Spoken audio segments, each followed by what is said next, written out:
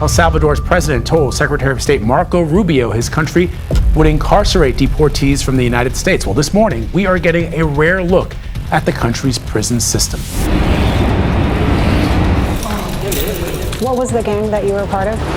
MS-13. Inside the towering walls of El Salvador's Supermax prison, punishment is not just about confinement. The prison information system captures the precise identity of the subject who is entering the terrorist confinement center. It is about control and survival. Here, silence weighs heavier than chains.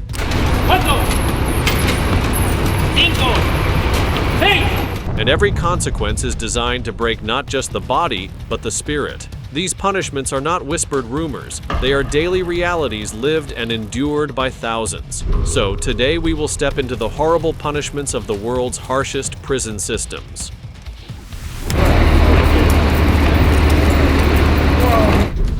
Three generations punishment policy. In most societies, justice is built on the principle of individual responsibility. A person is punished for their crimes, not their family. Yet in North Korea, this basic tenet of fairness is shattered by the three generations punishment policy. According to defectors and human rights reports, when one person violates state law or expresses disloyalty to the regime, punishment is not confined to them alone. It cascades down to their children, grandchildren, and in some cases, even further. Entire family lines can vanish into the state's notorious prison camps, their only crime being their blood relation to someone who fell afoul of the system. This chilling practice is rooted in the regime's obsession with control. By extending punishment across generations, the state ensures not only immediate fear, but long-term deterrence. A father who whispers criticism of the government knows that his child and grandchild could pay the ultimate price. The threat hangs like a specter, suffocating free thought before it can ever emerge. The scale of human suffering is staggering. Satellite images confirm the existence of vast prison complexes, some housing tens of thousands of people. Conditions inside are brutal. Forced labor, chronic malnutrition, and widespread abuse are standard. Survivors have described backbreaking work in mines and fields, meager rations that lead to starvation, and relentless ideological indoctrination. Few ever emerge alive, and those who do carry scars that never fade. This policy exists alongside other bizarre and oppressive measures. In North Korea, electricity is rationed and often requires government permission. Sundays, which elsewhere might mean rest, are instead dedicated to collective labor. To live in Pyongyang is considered a privilege granted only to the most loyal citizens, and mobility within the country is tightly restricted. Add to this the staggering reality that more than 40% of the population suffers from hunger, while nearly 20% of the nation's GDP is funneled into sustaining one of the world's largest militaries, and the scale of state control becomes clear. International organizations like the United Nations and Human Rights Watch have condemned the practice as a violation of human rights unparalleled in the modern era. UN High Commissioner Zaid Ra'ad al-Hussein has gone so far as to call for urgent global intervention, labeling North Korea's abuses as unprecedented in their scope. Yet the regime remains defiant, insulated by secrecy and its nuclear ambitions. Before we move on, check this out. A strange image allegedly leaked on 4chan shows what insiders claim is part of North Korea's defunct Pleasure Squad AI project, a personal request by Kim himself. Experts believe the humanoid figures were actual women wearing a suit to look like AI robots. The photo vanished soon after surfacing. Could this be a glimpse into secret tech or old traditions with a new twist? Comment below. Prohibition of blue jeans and Western clothing. At first glance, a pair of blue jeans seems harmless, even mundane, a universal garment worn from Tokyo to New York, Lagos to Buenos Aires. Yet in North Korea, denim is more than clothing. It is a symbol of forbidden ideology. Blue jeans and Western-style attire are banned, their presence regarded as a dangerous infiltration of capitalist culture that threatens the carefully cultivated purity of Juche, the state's guiding philosophy of self-reliance. This prohibition is part of the regime's broader campaign to insulate its citizens from foreign influence. Just as South Korean dramas and K-pop songs are outlawed for their subversive potential, Western fashion is viewed as an ideological contaminant. The logic is both political and symbolic. To wear jeans is to flirt with rebellion. to signal, even subtly, an openness to foreign ideas. Fashion in North Korea is thus politicized in a way that may seem unimaginable elsewhere. Citizens are expected to dress in a manner consistent with state values. Military-style uniforms, traditional Korean garments like the hanbok, and modest utilitarian outfits dominate the landscape. Personal style, as understood in most parts of the world, is not a matter of self-expression, but of conformity. In Pyongyang, where the government's gaze is sharpest, deviation from the norm can draw suspicion and punishment. Yet, as with so many restrictions in North Korea, human ingenuity finds cracks. Defectors report that some young people secretly acquire Western clothing through smuggling networks, wearing jeans or t-shirts in private or in hidden gatherings. For them, fashion becomes more than an aesthetic choice. It becomes a quiet act of resistance, a way to taste the freedom denied to them. To slip into a pair of jeans is to experience a fleeting sense of connection to the wider world, a reminder that another reality exists beyond their borders. Punishments for being caught in Western attire can be severe, ranging from public shaming to imprisonment. The risks underscore how deeply the state penetrates daily life, down to the fabric one wears. While outsiders might dismiss the clothing ban as trivial compared to North Korea's more egregious abuses, it is emblematic of the regime's overarching strategy, controlling culture to control minds. Iconic traffic girls of DPRK. At the bustling intersections of Pyongyang, a peculiar scene captivates both locals and visitors: the traffic girls of North Korea.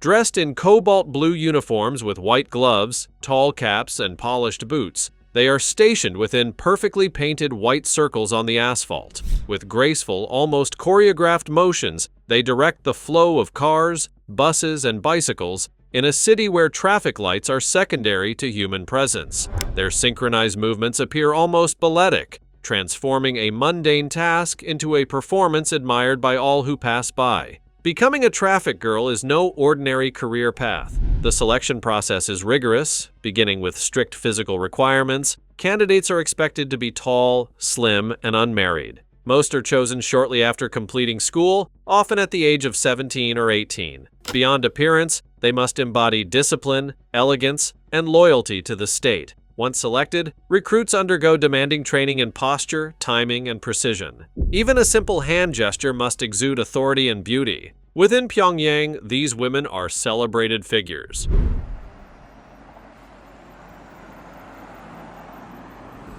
Locals often speak of their charm, and it is said that young men dream of marrying one. Tourists, when permitted, are quick to photograph them, fascinated by the blend of authority and grace. For many outsiders, the traffic girls become an emblem of the city's peculiarity, part of the regime's carefully curated image of order and refinement. Behind the polished facade, however, lies immense discipline. Their schedules are rigid, their personal freedoms limited, and any mistake in public is met with sharp reprimand. Defectors have noted that service in the unit is both an honor and a burden, as the constant surveillance and pressure leave little room for individuality. Still, the women rarely falter in public, maintaining their composure with robotic precision. In a country where so much remains unseen and unknown, the traffic girls offer a rare glimpse of how image and symbolism intersect with daily life. To citizens, they represent order in the midst of controlled chaos. To foreigners, they are a reminder of North Korea's unique mix of spectacle and secrecy.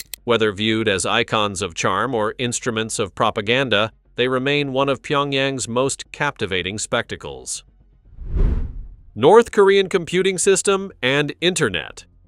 For most of the world, the internet is a vast and boundless space, but in North Korea, it is a carefully walled garden, more cage than gateway. Roughly 25 million citizens live in a state of digital isolation, where access to the global internet is nearly impossible. Instead, ordinary people are limited to a closed national intranet system known as Kwangmyong, which contains only state-approved websites, educational materials, and propaganda content. Within this network, North Koreans can browse information about their leaders, read national newspapers, and access scientific or technical data, all meticulously filtered to reflect the ideology of the regime. Familiar platforms such as Google, Facebook, or Twitter are non-existent. Even something as ordinary as looking up a recipe or chatting with a friend overseas is beyond reach for the average citizen. A tiny fraction of elites, government officials, researchers, and select institutions enjoy limited access to the global internet, but even this privilege is heavily monitored. Each online action is subject to surveillance, ensuring no one strays beyond the boundaries permitted by the state. Cybercafes do exist, but they are rare, expensive, and likewise controlled. This technological isolation achieves several purposes. It protects the regime from external ideas that might challenge its authority. It also prevents citizens from learning about the world beyond their borders, maintaining the illusion of North Korea's strength and self-sufficiency. By cutting off the digital flow of outside knowledge, the government enforces ideological purity and control over communication. Yet, despite these restrictions, cracks appear. Smuggled USB drives containing South Korean dramas, Western movies, and foreign music circulate underground, passed in secret among trusted friends. For some, these glimpses into the outside world ignite a dangerous curiosity about life beyond the regime's borders. Those caught accessing forbidden content face severe punishment, from imprisonment to forced labor camps. The North Korean internet system is more than a technological oddity. It is a tool of power. It highlights how the regime leverages even the digital age to enforce isolation. While the rest of the world scrolls endlessly through social media and shares information instantly, North Koreans remain confined to a curated version of reality. The contrast is stark, and it underscores the true purpose of North Korea's cyber environment: not connection, but control. Caste system based on loyalty. In North Korea, a person's destiny is written not by birthright alone, but by loyalty to the regime. This rigid social hierarchy, known as songbun, divides the population into three broad categories: the loyal, the wavering, and the hostile. Each class dictates what education one receives, where one lives, and even whether one has enough food on the table. It is a system where devotion is currency and doubt is a death sentence. At the very top sit the loyalists, families who have demonstrated unwavering faith in the Kim dynasty across generations. They are rewarded with the best opportunities: universities in Pyongyang, stable jobs, and access to scarce luxuries like meat, fruit, or imported goods. Their children inherit not just privilege but expectation to serve the state with unquestioned obedience. Below them lie the waverers, a precarious middle ground of citizens whose loyalty is uncertain. They live in constant fear of slipping lower, often striving to prove themselves through acts of devotion, sometimes even denouncing relatives or neighbors. Advancement is rare, but surveillance is constant. In this group lives Sujin, the daughter of a man who once voiced doubts about the regime. Branded by his shadow, she dreams of climbing upward, of being recognized as trustworthy. Her path is paved with sacrifices, joining parades, memorizing slogans, and silencing her own thoughts. For Sujin, every smile, every bow, is not just habit, but survival. At the bottom are the hostile class, condemned by association with enemies of the state. Descendants of landowners, religious figures, or defectors are trapped in this category, often exiled to rural regions or labor camps. For them, loyalty offers no escape. Their very bloodline is treated as tainted. They work long hours under harsh conditions, their lives monitored by guards and informants. The dream of mobility is almost non-existent. Songbun is not officially discussed, but it shapes every interaction: who one marries, where one studies, whether one can live in Pyongyang, all depend on the invisible stamp of loyalty. To outsiders, this system seems medieval, yet in North Korea it functions as the backbone of social control. Sujin's story mirrors that of countless others navigating this hierarchy, caught between ambition and fear. In a land where allegiance defines identity, survival demands silence, obedience, and the constant hope that loyalty, real or performed, might one day rewrite one's fate. Propaganda villages.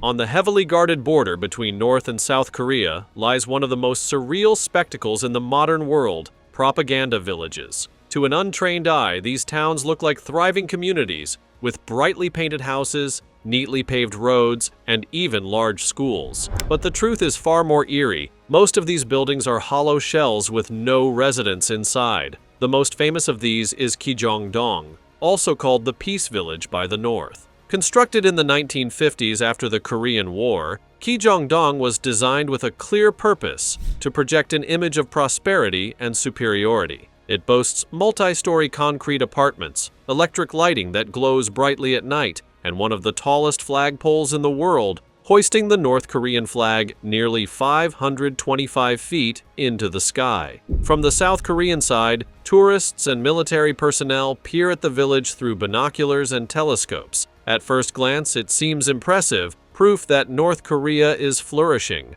But on closer inspection, cracks in the illusion appear. Windows lack glass, interior walls are missing, and lights switch on and off at perfectly timed intervals, suggesting they are controlled rather than lived in. Rarely, a maintenance worker might be seen sweeping the streets. No one ever thought about, like, you know what, I'm just gonna be quiet. But otherwise, the place is silent, more stage set than neighborhood. For decades, Kijong-dong and its surrounding propaganda villages have stood as monuments of psychological warfare. They are designed not only for South Korean eyes, but also for North Korea's own citizens, reinforcing the message of strength and prosperity. Yet they starkly contrast with the reality most North Koreans endure: shortages of food, crumbling infrastructure, and daily struggles for survival. The Ryugyong Hotel. Standing like a frozen giant on Pyongyang's skyline, the Ryugyong Hotel is a symbol of both ambition and failure. Nicknamed the Hotel of Doom, this massive triangular tower soars to 1,080 feet with 105 stories, making it one of the tallest unfinished buildings in the world. Its story reads like a cautionary tale of pride clashing with harsh economic realities. Construction began in 1987, at the height of North Korea's efforts to showcase itself as a modern power. Modeled to outshine skyscrapers in Seoul and even rival luxury hotels abroad, the Ryugyong was meant to cement Pyongyang's place on the global stage. But the dream collapsed with the fall of the Soviet Union in 1991. Suddenly deprived of its primary trading partner and financial lifeline, North Korea fell into crisis, and the project was abandoned. For nearly 2 decades, the skeletal frame loomed over the capital, a hollow monument to stalled progress. In 2008, hope was briefly revived when an Egyptian company, Orascom, took over parts of the project. They covered the concrete structure with shiny glass panels and installed LED screens used for propaganda displays. Yet despite this facelift, the interior remains largely unfinished, and no guest has ever checked into its rooms. Estimates suggest completing the hotel would cost upwards of $2 billion. An astronomical sum for a country whose entire GDP hovers around $40 billion. For outsiders, the Ryugyong is both fascinating and tragic. It dominates the skyline, yet locals rarely mention it. To the regime, it stands as a symbol of aspiration, while to critics, it epitomizes waste, propaganda, and misplaced priorities. Whether it will ever open remains uncertain. But one fact is clear: the Ryugyong is more than a building. It is a monument to North Korea's struggle between dreams of grandeur and the harsh reality of isolation. Unique time zone. Time itself has not escaped North Korea's political stagecraft. In 2015, the regime introduced Pyongyang time, a time zone set 30 minutes behind South Korea and Japan. The decision was not about convenience, it was symbolic. By creating its own time, North Korea declared independence from the clocks imposed during Japanese colonial rule, a subtle but powerful gesture of defiance. For 3 years, the country lived by its own unique standard. Clocks across Pyongyang were adjusted, and official propaganda framed the change as reclaiming national pride. To ordinary citizens, it was just another order to follow, but it served as yet another reminder of the government's absolute control over even the most fundamental aspects of life. Then, in 2018, Kim Jong-un made a surprising move. As part of a brief thaw in relations with South Korea, he announced the return to Korea Standard Time, or UTC+9, bringing both halves of the peninsula back into sync. The gesture was hailed internationally as a sign of reconciliation,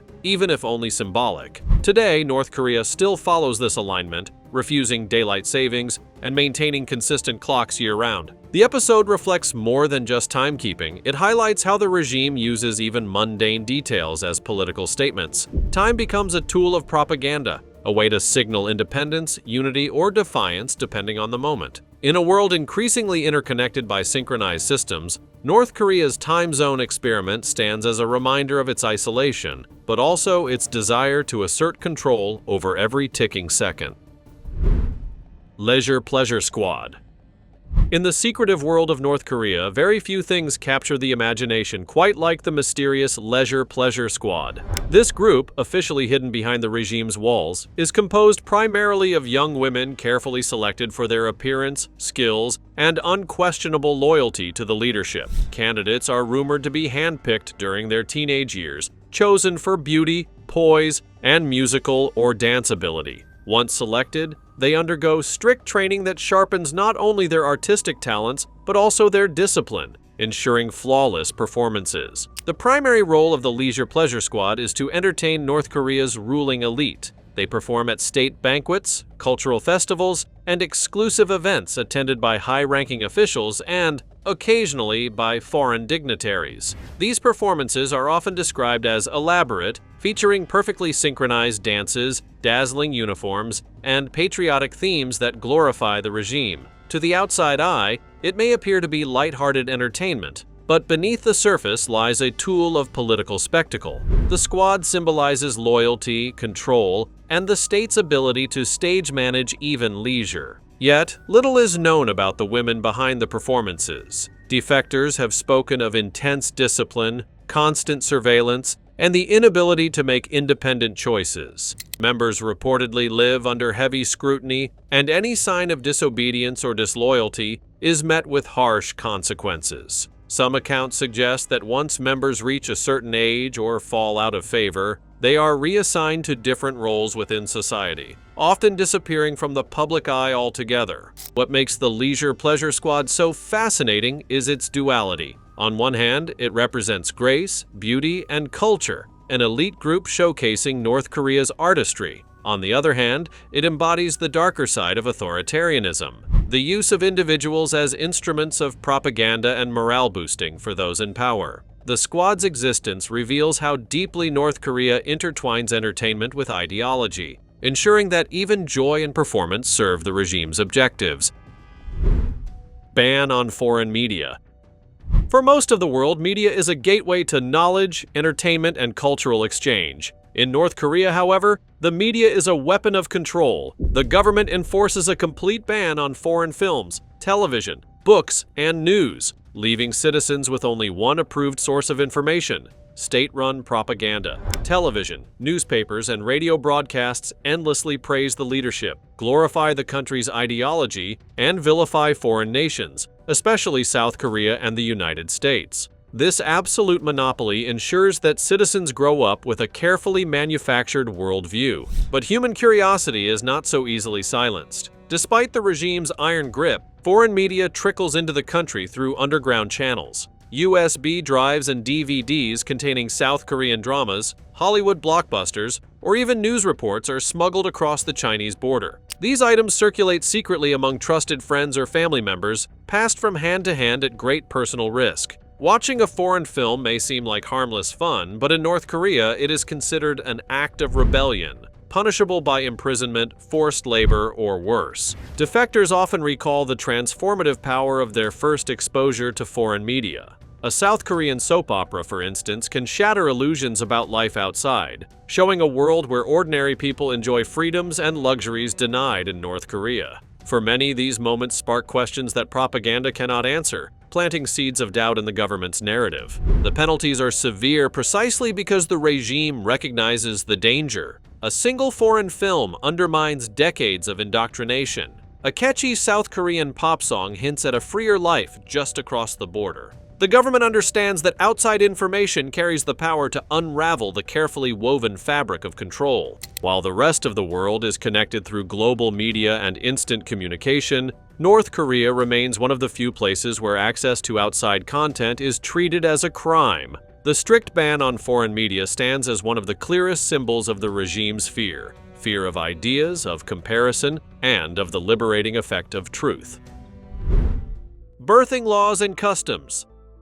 Childbirth in North Korea, like much of the country's culture, is wrapped in secrecy and tradition, yet glimpses from defectors and scattered reports provide insight into the unique customs surrounding new life in the nation. Unlike Western practices that often emphasize gender reveals or elaborate baby showers, North Korea places significance on community, symbolism, and survival. One of the most distinctive traditions revolves around the number 3. A newborn is not celebrated immediately but on the 3rd day of life, believed to bring luck and ensure a stronger future. On this day, families gather to offer blessings and small gifts, marking the baby's introduction into the community. Traditional foods are prepared, and elders may say prayers or give advice for the child's upbringing. Names are typically chosen by grandparents or older family members, a custom that emphasizes respect for ancestry and continuity. Names often carry deep symbolic meanings, with references to strength, resilience, or prosperity. Alongside naming, families may dress the baby in hanbok, traditional Korean clothing, adding cultural pride to the intimate occasion. North Korean society often frames childbirth not just as a private family event, but as part of a collective duty to the nation. Women are praised for their role in strengthening the state through motherhood. Hospitals provide basic maternity services, though resources are limited outside major cities. In rural areas, childbirth may take place at home with the assistance of midwives. The state sometimes uses slogans and propaganda to highlight the importance of population growth, portraying mothers as heroines of the nation. Despite the propaganda, defectors share that these moments are deeply personal, rooted in love and hope rather than ideology. Families treasure the arrival of a child, offering gestures of care that transcend political boundaries. Celebrations, though modest, reflect the resilience of people determined to find joy in life's milestones despite the hardships of their society. Childbirth in North Korea is thus both ordinary and extraordinary. Ordinary in that it reflects timeless human traditions of welcoming new life, and extraordinary in the way it adapts within one of the world's most secretive societies. The rituals, small as they may be, highlight the persistence of culture, family, and hope in a country where personal lives are often overshadowed by politics and control. North Korean calendar, the Juche calendar. In most parts of the world, the calendar follows a universal standard. 2025 is simply the year after 2024. But in North Korea, time itself revolves around one man, Kim Il-sung, the nation's founding leader. In 1997, the government officially adopted what is called the Juche calendar, and it completely reshaped how its citizens perceive history. Year 1 does not begin with the birth of Christ, as in the Gregorian calendar, but rather with the birth of Kim Il-sung in 1912. This means that what the rest of the world calls 2025, North Koreans know as Juche 114. This isn't just a quirky difference in numbering, it's a deliberate political tool. By making Kim Il-sung the axis of time itself, the regime elevates him beyond a historical figure into something eternal, a presence embedded in the very fabric of daily life. National holidays, parades, and official ceremonies all align with milestones from his birth and leadership, reinforcing his image as the father of the nation. The symbolism runs deep. Children are raised to see their leader's life not as part of history, but as the foundation of it. In this system, Kim Il-sung is not just remembered, he becomes timeless. This ideological reshaping of time itself ensures that citizens measure their lives, progress, and even future aspirations within the framework of loyalty to the regime. To outsiders, this system feels bizarre, even cult-like, yet inside North Korea it is normalized. Calendars in homes, workplaces, and schools serve as subtle reminders that personal identity is inseparable from the leader's legacy. By tying the passage of time to Kim Il-sung, the state reinforces its ideological grip every single day, without a word needing to be spoken. K-pop can get you killed. Imagine being punished not for a crime, but for simply listening to music. In North Korea, this is reality. K-pop, the global music sensation from South Korea, represents joy, youth culture, and free expression across the world. But for the North Korean regime, it is labeled a vicious cancer. The government sees it as an existential threat to its ideology, a dangerous glimpse into a freer, wealthier world that could unravel decades of propaganda. Over the past decade, reports have surfaced of brutal crackdowns. Citizens caught watching K-pop videos, smuggling music files, or even humming foreign tunes have faced imprisonment, forced labor, and, in some cases, execution. At least 7 people are believed to have been publicly executed under the justification of eradicating K-pop's influence. These extreme punishments are designed not just to silence individuals, but to terrify the population into obedience. Yet the allure of K-pop refuses to die. Its catchy rhythms and colorful performances cross borders even when governments try to stop them. Smuggled USB drives and secret recordings make their way into North Korea through black markets and border exchanges. For young people especially, K-pop is not merely music. It is a symbol of the world that exists beyond their borders, a forbidden promise of freedom and self-expression. The regime's fury toward this music highlights how powerful culture can be. A single song may not topple a government, but the hope and curiosity it sparks can plant seeds of change. To the international community, these crackdowns highlight North Korea's extreme measures to preserve its control, even at the cost of human life. The fact that a pop song could inspire fear at the highest levels of power reveals just how fragile the regime feels beneath its rigid exterior. No religious freedom. In many countries, faith is a personal matter, a way for individuals to find comfort, community, or moral guidance. In North Korea, however, religion is considered a threat. The state allows no room for spiritual devotion outside its own carefully crafted cult of leadership. Here, worship is directed not toward God, but toward Kim Il-sung, Kim Jong-il, and Kim Jong-un. Their images fill homes and public spaces, functioning as the only permitted objects of veneration. Practicing Christianity, Buddhism, or any other religion is seen as disloyalty. Organized religion is condemned as a foreign influence, particularly a Western one, that undermines regime authority. Punishments for being caught worshiping can be severe, ranging from imprisonment and hard labor to execution. Secret gatherings do exist, with underground believers meeting quietly in private homes or remote areas, but constant fear lingers. Even family members or neighbors can act as informants, reporting religious practices to authorities for personal gain or survival. Defectors have recounted harrowing stories of entire families arrested because a single member owned a Bible or whispered prayers. Such accounts paint a chilling picture of a nation where belief in anything beyond the state ideology is a crime. For the regime, eliminating religion is about more than suppressing faith. It is about monopolizing loyalty. If citizens devote their hearts to God, then they might begin questioning the absolute authority of their leaders. International organizations consistently rank North Korea among the worst violators of religious freedom. Yet despite the risks, pockets of secret faith persist. This quiet defiance shows the resilience of human spirit, even in the face of one of the most repressive governments on earth. Still, for the vast majority of North Koreans, faith is replaced with fear, and prayer is silenced by the sound of mandatory loyalty chants to the regime. Stepping into North Korea is like entering a world that defies imagination, where rules, traditions, and everyday life follow a logic outsiders can hardly understand. If you found these bizarre and fascinating glimpses into North Korea as intriguing as we did, don't forget to hit that subscribe button and stay tuned.